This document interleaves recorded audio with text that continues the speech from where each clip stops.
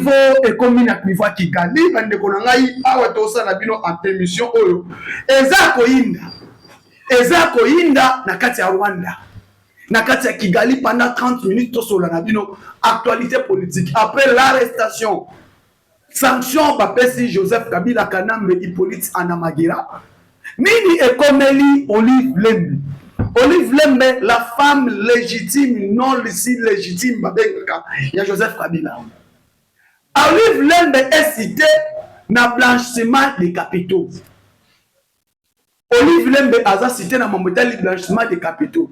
Asalaka blanchissement ya musolo. Eloko ekoyelié. Blanchiment des capitaux et elandi. Olive Lembe na Magira. Po bango so oke bakombo na bango lokola baba Rwandais. Okuta kana sabino ke kombe idiamba komone nanga Managira. Joseph Kabila komone Hippolyte Kanambe Managira. Siko mwasi na ye Olive Lembe. Troisième femme d'Afrique centrale au asalaka makambo ya blanchissement des capitaux. Asalaka blanchissement des capitaux. Ka blanchissement des capitaux na asala ngona bamboka misato. Olive Lembe aza cité sanctionné aussi na mobotali blanchissement des capitaux. Asala ngo na Liban, na Inde, na Pakistan. Bon moni ba pays bango bakendaka. Ba pays bango bakendaka ko salaka blanchissement des capitaux. Or tension et mati. Tension eza ya komata. Mais niveau ya Kigali. Nini ekomi na niveau ya Kigali. Pendant qu'on a Congolais, les sanctions tombaient sur Kabila. Joseph Kabila est sanctionné. Tu vas sanctionner et ça va Congolais. Tu vas sanctionner et ça les États-Unis d'Amérique. Les États-Unis d'Amérique a sanctionné Kanambe Hippolyte Managira. Pourquoi sanction il y a Joseph Kabila? Un mandat d'arrêt international contre Joseph Kabila. Et Kabila négocie son exil na Russie. Alors qu'on négocie exil na ye à quel niveau ya Russie. Pendant que Kanambe Hippolyte alors qu'on négocie exil na ye à quel na Russie. Na mini choyo. Na tanto sa na bino émission. Joseph Kabila, les règles graves qu'il a commis dans sa vie, d'accepter tout ce que Kagame a dit sur lui. Vous voyez que Kagame aloba que non, hier azana mamba M23 te, makambo ya ba M23 était Joseph Kabila. Et tant que Kagame aloba kayango, nous n'avons pas vu l'ancien président parler. L'ancien président n'a jamais parlé quand ils ont dit que non, les M23, c'est Kabila. Kagame a yebi sabiso. Problème ya M23 est allié. Problème ya Est la République démocratique Congo eza yete. Problème ya Est la République démocratique Congo eza Joseph Kabila. Mutu alobaka yango Kagame. Totikala ko mona te. Là si Joseph Kabila abima à répondre Kagame. Abima a recadré Kagame, a répondre Kagame. Na ba propos Kagame aloba. Mais l'ancien président a parlé. Pourquoi? Parce que les États-Unis d'Amérique, balobi, ailleurs pour répondre les États-Unis. L'ancien président a répondu à répondre directement les États-Unis d'Amérique. Dès que les États-Unis d'Amérique lancent des sanctions et ils ont ordonné pourquoi ils ont sanctionné Joseph Kabila Kanambe. Participation dans le mouvement insurrectionnel qui est le M23 pour déstabiliser la République démocratique du Congo. Première sanction. Première prérogative, on va sanctionner les Joseph Kabila. Participation dans le mouvement, dans le mouvement insurrectionnel pour déstabiliser la République démocratique du Congo. Pas de sanctions plus fois. Deuxième paragraphe. Deuxième Astérix faut permettre de sanctionner Joseph Kabila. Il a participé dans la chute de Goma et Bukavu. Azalaki Nakati, il a participé et Goma na Bukavu et Kouéi. Kabila Kanam Bipolite Azalaki a participé. Chute ya Goma na Bukavu. Et Goma na Bukavu et Kouéi. Tombé. Joseph Kabila a participé dans la chute de Goma et de Bukavu. A participé à qui? Dès que Goma ezokweya, Goma na Bukavu ezokweya, Kanambe Hippolyte Joseph, azalaki na kati ya ville ya Goma. Mbele bakisa. Dès que Goma na Bukavu ekweyi, 23, Joseph Kabila na kati ya ville ya Goma na Bukavu. Il était là. Il était là présent. Pendant que nous parlons de la chute de Goma, nous parlons de la chute de Bukavu, Joseph Kabila était là. Azalaki. Et lelo, aujourd'hui, la situation est grave. La situation est grave. Les Américains, Babimisi Bisso, balobi que non, sanction bapesi Kabila. Comment y est na chute ya Goma na Bukavu, azana kuna na Goma. Jour Goma ezokweya.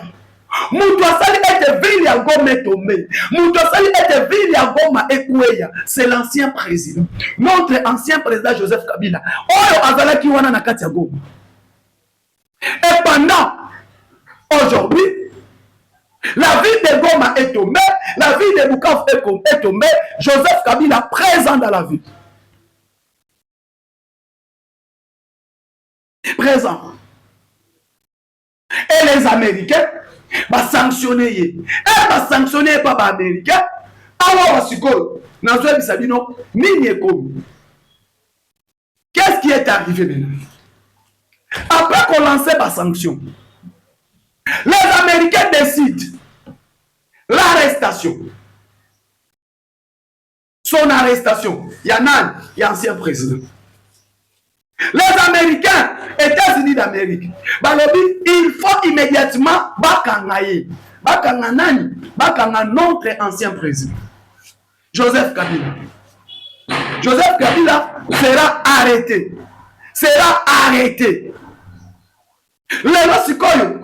Quand moi je disais que non, dès que Moutamba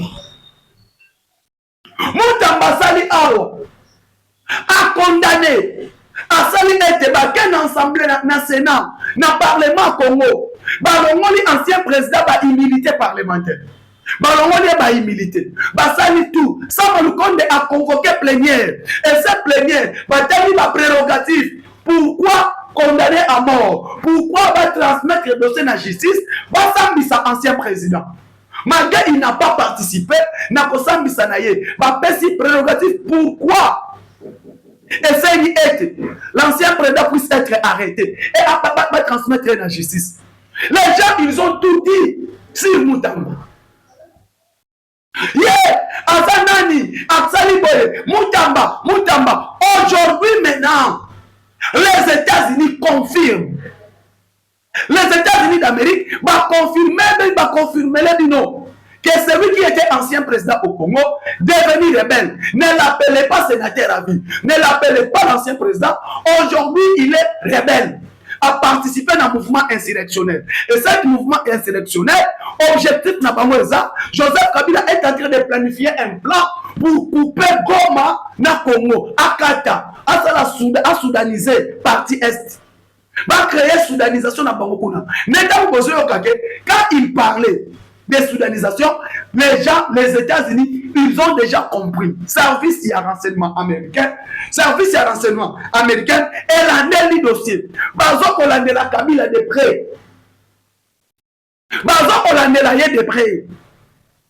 Et maintenant, quelqu'un qui était président au Congo, il a dirigé la République démocratique du Congo pendant 18 ans. Aujourd'hui, il est devenu rebelle. Pour vous dire, Joseph Kabila n'a jamais servi le Congo. Joseph Kabila était là au service du Rwanda. Azalek on a pour servir son maître. Et son maître qui est qui? C'est Kagame. C'est Kagame qui est son maître. Et là, Momoni, nous surtout au Congo et Pessi Kabila. Kabila a Pessi à Kagame. Tout ce que le Congo a fait pour Kabila. Et Pessi a mandé pour vitamine. Kabila a qui n'a pas de caoutchouc. Aïe, il ne sait pas parler. Premier jour, Kabila a prêté serment. Bon, on a un discours. Quand on a prêté serment, qu'est-ce qu'il a dit? Chéchir. Moi, Kabila, Joseph Kabila. Chéchir.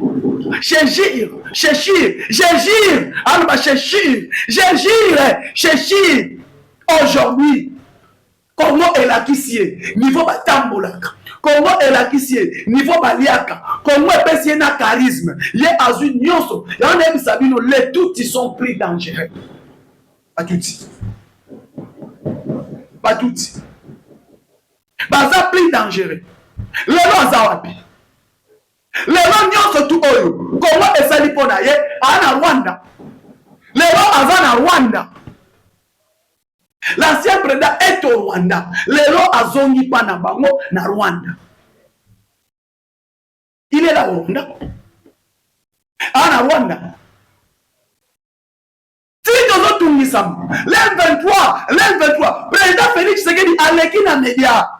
Devant papa na biso wech, na kulutu na ngai Christian Musakweno, Top Congo FM. Aleki na émission.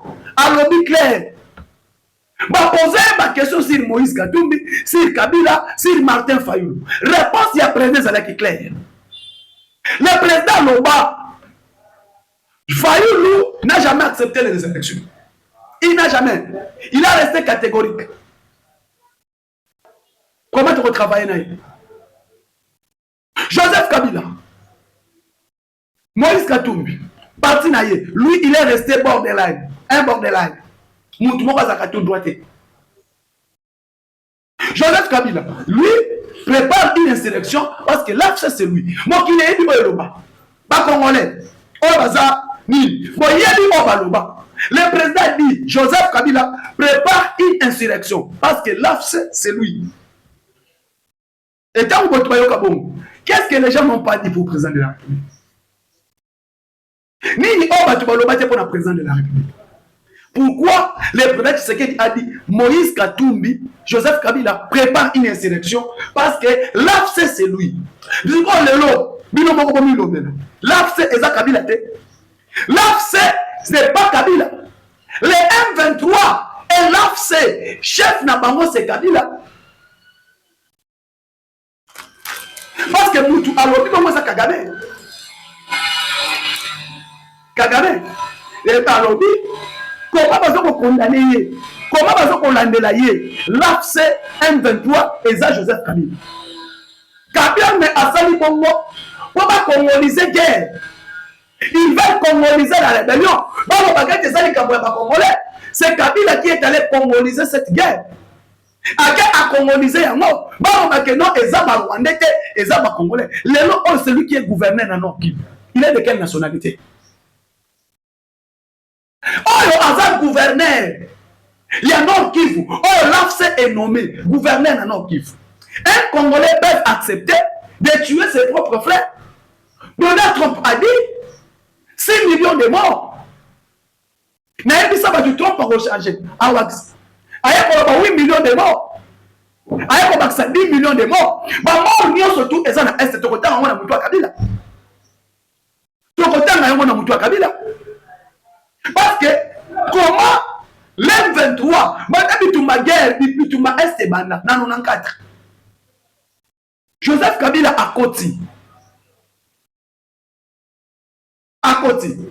Uruberwa abomi ba Congolais. Les Oyo, bomi tout n'a kate. Comment Joseph Kabila n'a pas fait l'alliance avec Jean-Pierre Bemba? Je me demande aujourd'hui, Pourquoi Joseph Kabila a fait l'alliance na Jean-Pierre Bemba? Mais Joseph Kabila a fait l'alliance avec l'RCD. Histoire à Congo, Joseph Kabila président, RCD, rébellion, Jean-Pierre Bemba na rebelle. Mais comment Joseph Kabila a fait l'alliance na Jean-Pierre Bemba qui est congolais de père et de mère? Mais Joseph Kabila a accepté de faire l'alliance avec l'RCD Goma. Na RCD Goma, tout le monde n'a pas militaire, n'a pas politicien. Tout bazala na RCD Goma. Longola la mère Mende qui fait congolais. Na RCD Goma. Tambo Mwamba parmi les gens qui ont participé à Koboma Musée. Tambo Mwamba, Azala Kinan, na RCD, Rebelle, Azala Souloubewa, chef, Moïse Nyaougam, tous ces gens-là qui finissent à la RCD, Baki Banan, Rebelle. Mais Joseph Kabila a fait alliance avec RCD. Toyez l'histoire.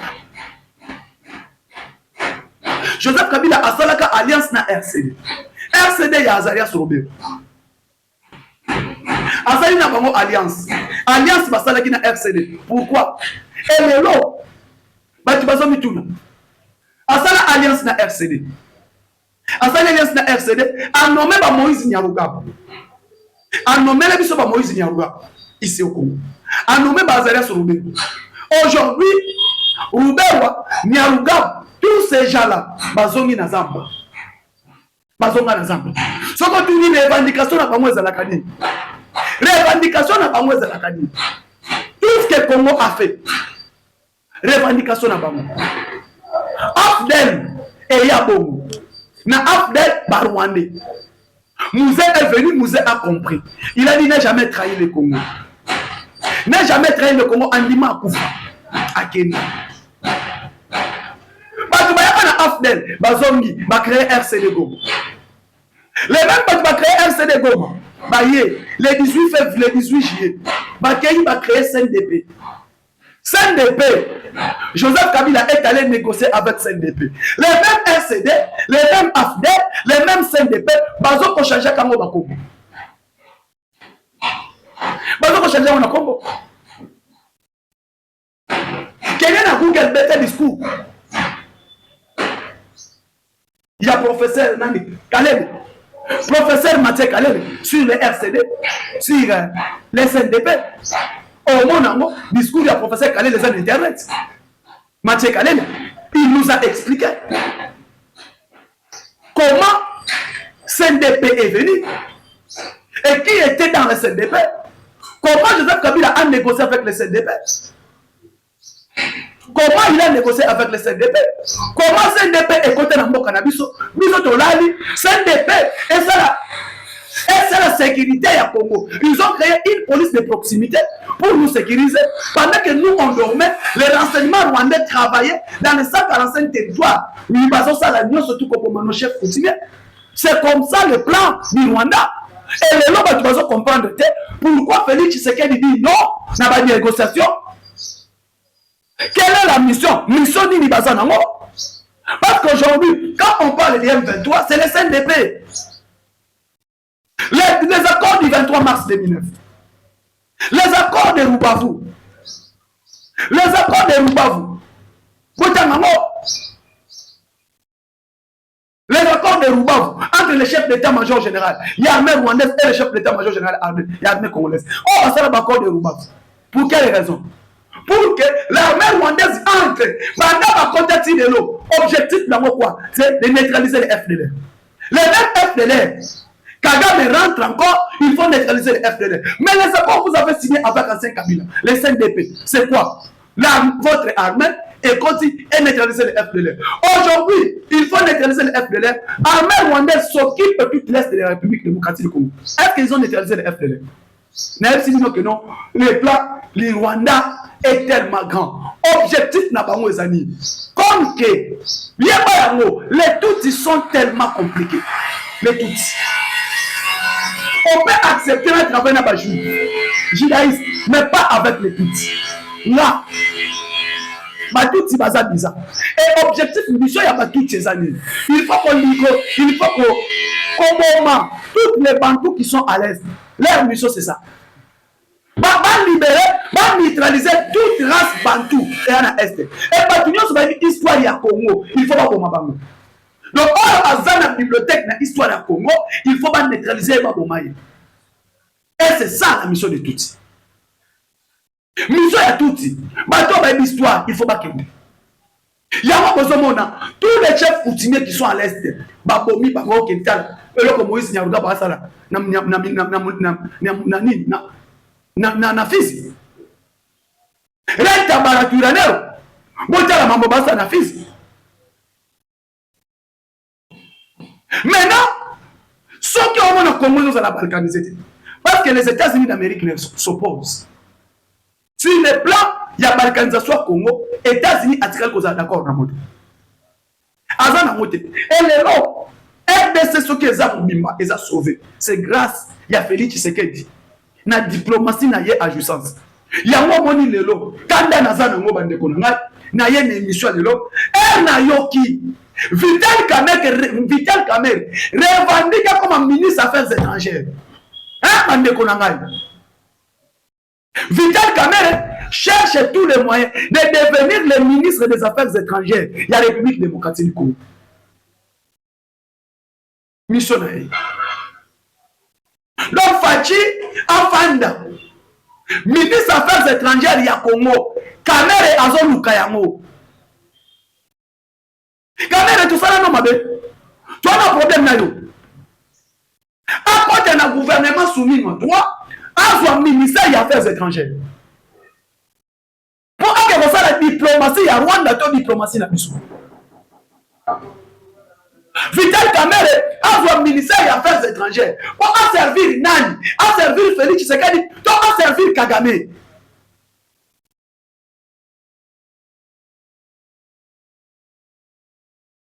Bandeko, est-ce que Bino vous êtes d'accord Nélo Kouana?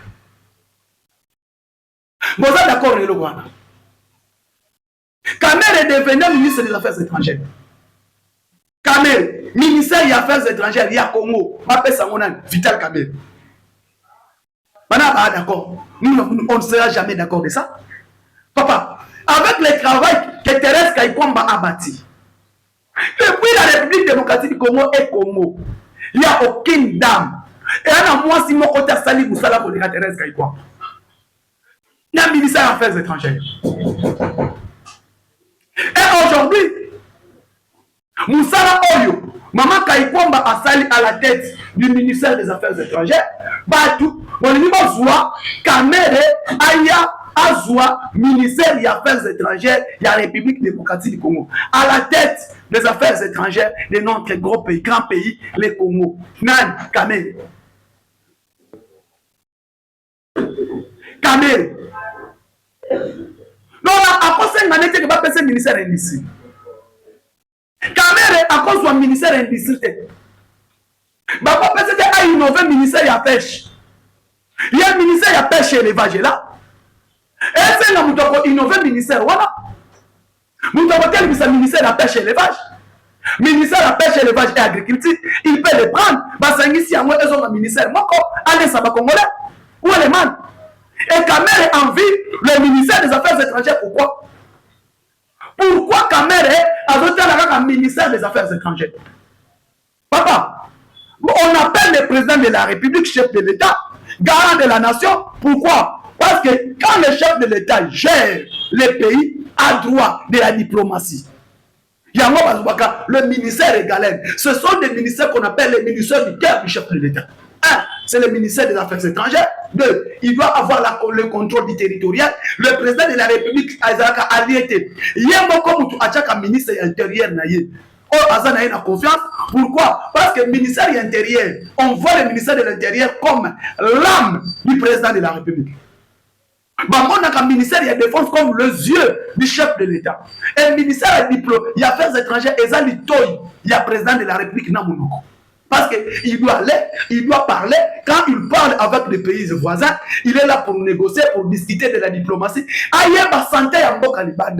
nomme les ambassades, les ambassadeurs. Les ambassadeurs, ce sont des gens qui sont là pour assurer, qui sont les représentants du président de la République, sont des présidents en miniature, les diplomates. C'est comme les Fandi. toyebi biso na bino Kamere ake na France boyebi eloko eleka na France boyebi yango Kamere bake na sama président Fandi Vital Kamere na sama Lukonde Kengi bake na France elle bakomi na France. Qu'est-ce qui s'est passé là-bas? Bakomi bale bakutani na président ya Rwanda ya Assemblée nationale toyebi eloko eleka président rwandais ya Assemblée nationale, président rwandais ya Parlement ya Rwanda. Elle m'a coupé na sama na Kamere na France. Qu'est-ce qui s'est passé? Sama Lukonde Kenge appelle le président wana 12. Mais Kamere a embrassé. Nous sommes en guerre avec les Rwandais. Vital Kamere a mon président de l'Assemblée nationale ya Rwanda. Na ba rencontre diplomatique pour représenter le Congo. Vital Kamere a profité d'embrasser le président de l'Assemblée nationale de Rwanda. Mais Vital Kamere, mais Sama Lukonde appelle ça Yembo Tete. Tolowe wana. Sommet il y a francophonie. Et ça les mis dans le pays, dans France. Tant que président Tali, na air aligné, présence il y a Kagame. Na ministre des Affaires étrangères, le président Tshisekedi a refusé. Il y a qu'on continue sommet à claquer porte. Pourquoi? Discours il y a Emmanuel Macron. Atani, agression, il y a un pays ébélé. Et Macron a posé un paragraphe, l'agression à RDC. Le président Tshisekedi a quitté la salle avec sa délégation. Babima, Macron a un discours aussi. Président Bimi, ministre des Affaires étrangères, Abili, ministre francophonie, tous les membres du gouvernement congolais vont prendre. Babima va cacapote. Macron a rendu président de place à Zala. Albini, papa, na yel pa inayo, la République démocratique du Congo, des premiers pays francophones du monde. Premier pays. Na l'interlocuteur tu parles au français dans le monde, tous premier. Comment grand pays comme Congo, ils ont agressé au Bossani. Et Macron, au moment qui la deuxième journée, à Salakini, Aya a condamné l'agression dans le cadre francophonie. Et même Nayango, photo de famille, ben en photo souvenir. Le président Tshisekedi n'a pas participé. Et les gens sont comme Bisanga. Kamere, ministre des Affaires étrangères, avant ça la diplomatie, avant condamner Rwanda, parce que y a mon condamné, à condamner. Parce que tu vas dire l'histoire. Pourquoi Kamere a condamné Bindoul? Honorable Bindoul, il y a Boutembo, Élie de Boutembo. Il fut l'un des membres sénateurs, l'un des membres fondateurs de l'INC en 2011, 2009. Ma créé l'INC. Bindoul est Aza élu en 2011 député national dans la liste INC. Pourquoi Bindoul a quitté l'INC? Par rapport au comportement Vital Kamere. Il y a qui ne peut pas ça 50 vaches dans le mariage à moi de James Kabarebe. Pendant que les Congo et les Rwandais sont en guerre. Mais Kamere qui est dans le mariage, il y a moi de James Kabarebe. Après ça, cadeau, il y a 50 vaches. Tout le monde, moi et Adolphe Mouzito à Bali. Kamere était invité. Après ça, qui n'est? Après ça, qui va soutien? Toi, après ça, qui n'est? Qu'est-ce que Kamere a donné et de combien il a participé dans le mariage comme cadeau? Naliba la moine Adolphe Mouzito. Naliba la moine ya Fachi. Moi, le président de la République, Nani, Fadi, Tshisekedi, et c'est Christiana Tshisekedi. Bon, et puis ça, Kamere était invité. Donc, on est parmi les invités d'honneur. Après ça, qui m'en veut. Après ça, qui était. Mais Vital Kamere, dans le bal, il y a moi, James Kabarebe, après ça, ma vache. L'histoire savent. Maintenant, c'est cet homme qui veut rendre les affaires étrangères, il y a Congo. À la diplomatie, il y a Congo. Bandeko. Comparez Vital Kamere et Thérèse Kayikwamba. Vital Kamere, ministre de l'économie. 20 de l'économie nationale. Aleka, na Kendeboy, na Keboy, Masangu, Akena Koluka Masangu na Zambi. Natanga bino ba faille ya Vital Kamere. Vital Kamere ake Koluka Masangu na Zambi. Vital Kamere ake Koluka Masangu na Afrique d'ici. Ministre économie. Professeur docteur en économie de développement. En économie de développement. Atteignez la poteau. Avec toute expérience, ma paix, c'est un ministère affaires, ministère économique. Donnez-moi les résultats. Résultat, Vital Kamerhe, dans la tête, c'est le ministère de l'économie nationale. Faites un résultat, il y a Daniel Moukoko Samba à la tête du ministère de l'économie nationale. Faites la comparative. Nani professeur, nani élève. Nani professeur, nani élève. Vous allez comprendre. Aujourd'hui, les gens ne savent pas. Est-ce que Daniel Moukoko Samba est à côté du ministère de l'économie nationale? Vous avez déjà suivi papa Daniel Moukoko Samba aller acheter les maïs aux Zambie. Bon, il y a déjà pénurie de maïs depuis Moukoko Samba au ministère de l'économie nationale. Si vous avez Moukoko Samba, vous avez Samba. Si vous avez Moukoko Samba, vous manque à gagner. Il y a les dépenses à pétrolier. Manque à gagner. La République démocratique du Congo perdait plus ou moins 340 quelques millions de dollars américains par année. Il y a un manque à gagner. Aujourd'hui, Moukoko Samba est venu à la tête de l'économie. Manque à gagner, Zalaka. Manque à gagner. On dit maintenant qu'on fout à produits pétroliers. Manque à gagner zéro. Mais par année, l'État congolais, on a dépensé combien? Comme redevance, manque à gagner pour le pétrolier. Aujourd'hui, avec Moukoko Samba, manque à gagner si là. Et les Niboya Boye Bisabiso, Moutoyo, Alia Biso Bambon manque à gagner. Le ministre des Affaires étrangères, l'économie dans Congo, il mangeait ses manques à gagner. Moukoko Samba est à Longol. La stabilité des prix, tout le monde en stabilité à cadre macroéconomique, monnaie, micro-dollar, l'inflation. Et fan, c'est qui? C'est le ministère de l'économie avec Daniel Moukoko Samba. Tala Dio Nabango, Mouzito Nabidje. Et professeur Mouzito, hein? Expert, le lot en Outsoloba. Ba ministre, ba député, ba membre de la présidence, ba membre du gouvernement, n'attendez pas salaire comme attaqué. Tout le monde a salaire, il y a des fonctionnaires de l'État. Au moins, fonctionnaire à Souka. N'a pas mission chef de l'État, parce qu'il faut foutre à 1000 $. 1000 $. Eh, tu vas la base initiale. Nous commençons ça. Non, non, non, non, non, non. Voilà le travail bien fait. Et le niveau de Niboya ça dit ce que ni. Jamais au grand jamais. Aux affaires étrangères, tu bois présence à Vital Kamerhe. Vital Kamerhe a un ministère de pêche. A innové yango. Ba comme ça mo VPN. Vice-premier ministre, ministre de la pêche, élevage et agriculture, nommé Vital Kamerhe. Total là, a développé, a économiste. Ils peuvent développer le secteur agricole, ils peuvent développer le secteur de la pêche et élevage. Tous sont pas sous-missité. Le ministère est bon, pour qu'il apporte quoi. Merci beaucoup, nous surtout pour soutenir votre humble serviteur, président Moustapha. Abonnez-vous, partagez, likez l'émission, abonnez, partagez, likez l'émission. Ciao, à la prochaine.